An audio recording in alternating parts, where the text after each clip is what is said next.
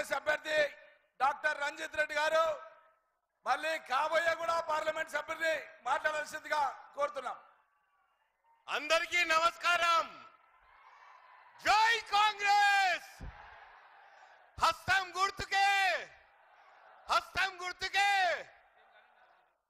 ఈరోజు జనజాతరకు ఇంత పెద్ద ఎత్తున వచ్చిన అక్కా చెల్లెళ్ళు అన్నాదమ్ములు మీ అందరికీ శిరస్సు వంచి నమస్కరిస్తూ మీకోసం ఏర్పాటు చేసిన సభకు ముఖ్య అతిథిగా వచ్చిన మన గౌరవనీయులు ఏఐసిసి జనరల్ సెక్రటరీ గారు ప్రియాంక గాంధీ గారు, I thank you very much ma'am for coming all the way to Tandur.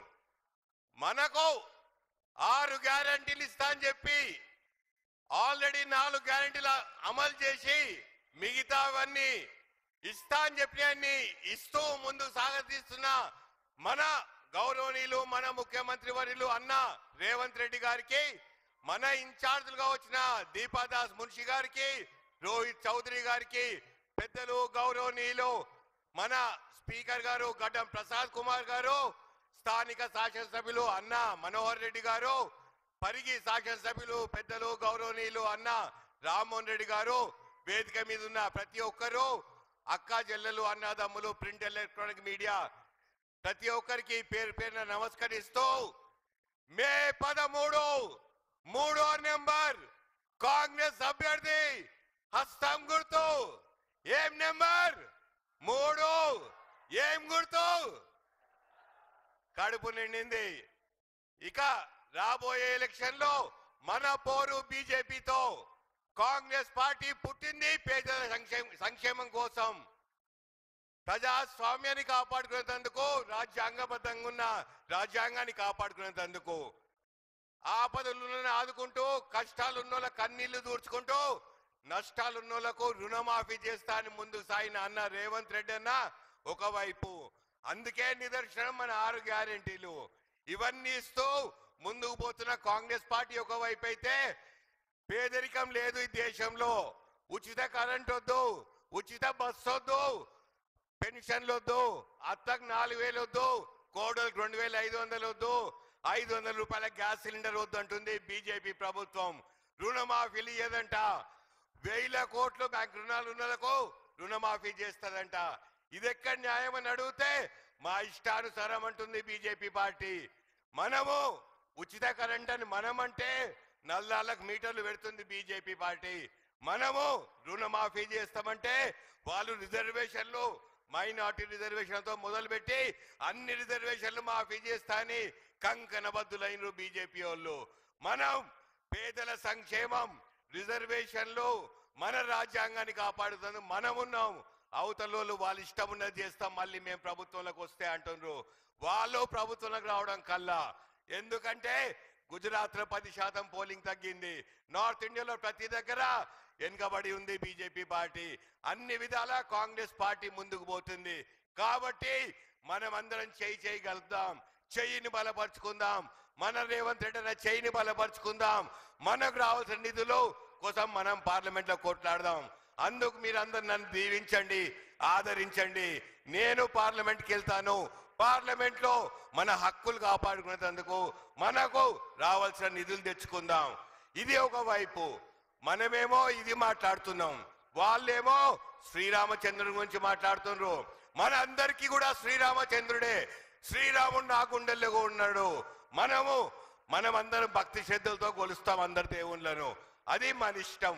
కానీ అసలు అయోధ్యలో ఉన్న శ్రీరాముడు మా రాముడు అంటారు. ఇది ఎక్కడ న్యాయం అంటే అది మా ఇష్టం అంటున్నారు.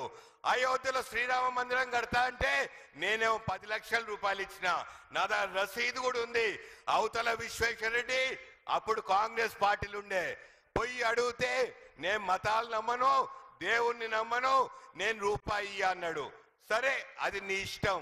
కానీ ఇవాళ శ్రీరాముని బొమ్మ పెట్టుకొని తిరుగుతుండు. ఇది ఎక్కడ న్యాయం అని నేను అడుగుతున్నా. నేనప్పుడు రాజకీయంలో లేను, కానీ శ్రీరాముడు భక్తి శ్రద్ధలతో నేను ఇచ్చిన. శ్రీరాముడు అందరి వాడు, అందరి గుండెల్లో ఉండాలని కోరుకుంటున్నాం. ఇవన్నీ ఒకవైపు. అన్ని సర్వేలు రిపోర్ట్ చూపెడుతున్నాయి మనం ముందంజున్నామని చెప్పి. దీనికి మన ముఖ్యమంత్రి వర్యులు అన్న రేవంత్ రెడ్డి అన్న మా ఇన్ఛార్జ్ గా ఉన్న వేం నరేందర్ రెడ్డి అన్నతో పాటు మా పెద్దలు గౌరవనీయులు ప్రసాద్ అన్న, రామ్మోహన్ రెడ్డి అన్న, మనోహర్ రెడ్డి అన్నతో పాటు కాంగ్రెస్ ఇంత పెద్ద కుటుంబ సభ్యులకు ప్రతి ఒక్కరికి శిరస్సు వంచి నమస్కరిస్తున్నా. నా కోసం 25 రోజులు అహర్నిశలు కష్టపడ్డ ప్రతి ఒక్కరికి శిరస్సు వంచి నమస్కరిస్తున్నా. ఇక రాబోయే 24 గంటల్లో ప్రతి ఒక్కరం గడప గడపకి వెళ్దాం. గడపకి వెళ్ళి మనం చేసిన గ్యారెంటీల గురించి మాట్లాడుతున్నాం. మనం ప్రజాస్వామ్యాన్ని కాపాడుకుందాం, రాజ్యాంగాన్ని కాపాడుకుందాం అని చెప్దాం.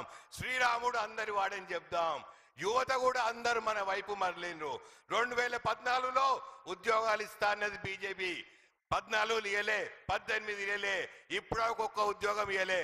20 కోట్లు ఇస్తా అని 7 లక్షలు ఇచ్చింది. అందుకే యువత అంతా మన వైపు ఉన్నారు. కాబట్టి ఇప్పుడు అందరం మనం ముందంజున్నాం. సర్వే రిపోర్ట్లు అన్ని చాలా పాజిటివ్ వచ్చినాయి. కాబట్టి మనం ఇంకా రాబోయే 24 గంటలు కష్టపడి మనం ముందుకు పోదామని చెప్పుకుంటూ నాకు ఈ అవకాశం ఇచ్చిన ప్రతి ఒక్కరికి కృతజ్ఞతలు తెలుపుకుంటున్నా. విశ్వేశ్వర రెడ్డి ఆల్రెడీ ఓటమి ఒప్పుకున్నాడు. 111 జీవోని ఎత్తించేస్తే 100 కొబ్బరికాయలు కొట్టి నా వల్ల కాలేదన్నాడు. అప్పటు మన్నెగూడ రోడ్ నేను శాంక్షన్ చేయిస్తే అప్పుడు ఒప్పుకున్నాడు. ఇంటికి ఎవరికి వచ్చినా ఒక్క రూపాయి సహాయం చేయలే. విద్య పరంగా, వైద్య పరంగా నేను 100 కోట్లు వికారాబాద్ బ్రిడ్జికి తెచ్చిన. ఆయనే ఊర్లో ఆయన నుండి తేలేకపోయిండు. ఇప్పుడు ఏమంటుండు, ఈసారి నన్ను గెలిపియండి, నేను రంజిత్ రెడ్డి లాగా పనిచేస్తా, రంజిత్ రెడ్డి లాగా అందరిని గుర్తు పెట్టుకుంటా, రంజిత్ రెడ్డి లాగా అందరికి ఛాయ్ దాపిస్తా అంటుండు. అదే నిదర్శనమైన ఓడిపోయినట్టు. కాబట్టి మీరందరూ కంకణబద్దులై చెయ్యి కలపండి. 24 గంటలు నా కోసం కష్టపడండి. మీ అందరికీ శిరస్సు వంచి వేడుకుంటున్నా. మనం గెలుస్తున్నాం. మీరు 24 గంటలు కష్టపడండి. మంచి మెజార్టీతో గెలుస్తాం. నా కోసం కష్టపడ్డ ప్రతి ఒక్కరికి చెప్తున్నా, రాబోయే 5 ఏళ్ళు మీరు బేఫికర్గా ఉండండి. నేనున్నా మీకోసం. ఏ ఆపద వచ్చినా నేను ఆదుకుంటా అని చెప్పి ప్రమాణం చేస్తూ ఈ అవకాశం ఇచ్చిన ప్రతి ఒక్కరికి కృతజ్ఞతలు తెలుపుకుంటున్నా. 3వ నెంబర్ హస్తం గుర్తు మే 13 సయ్యా సిద్ధమా?